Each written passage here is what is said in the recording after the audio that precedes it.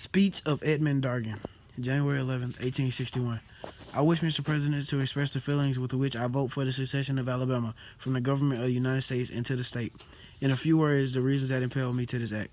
I feel impelled, Mr. President, to vote for this ordinance by an overruling necessity. Years ago, I was convinced that the southern states would be compelled to either separate from the North by dissolving the federal government, or they would be compelled to abolish the institution of African slavery.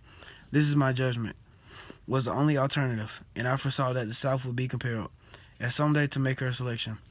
The day is now come, and Alabama must make her selection, either to secede from the Union and assume the position of a sovereign, independent state, or she must submit to a system of policy on the part of the federal government that in a short time will compel her to abolish African slavery. Mr. President, if pecuniary loss alone were involved in the abolition of slavery, I should hesitate long before I would give the vote I now intend to give.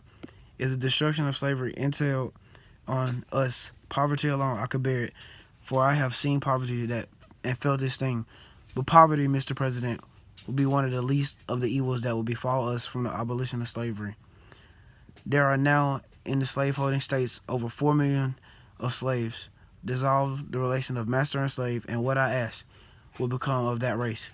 To remove them from amongst us is impossible. History gives us no account of the exodus of such a number of persons.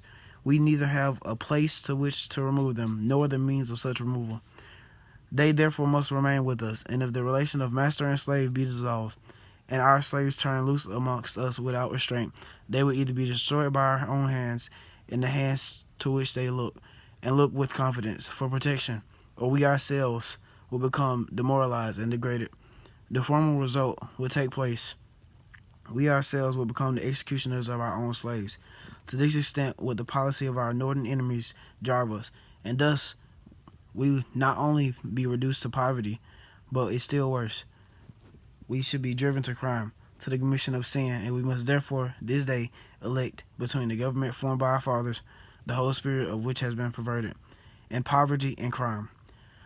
This being the alternative, I cannot hesitate for a moment that my duty is, I must separate from the government of my fathers, the one under which I have lived, and under which I wish to die. But I must do to my duty to my country and my fellow beings, and humanity, in my judgment, demands that Alabama should separate herself from the government of the United States. If I am wrong in this responsible act, I hope my God may forgive me, for I am not actuated, as I think, from any motive save that of justice and philanthropy.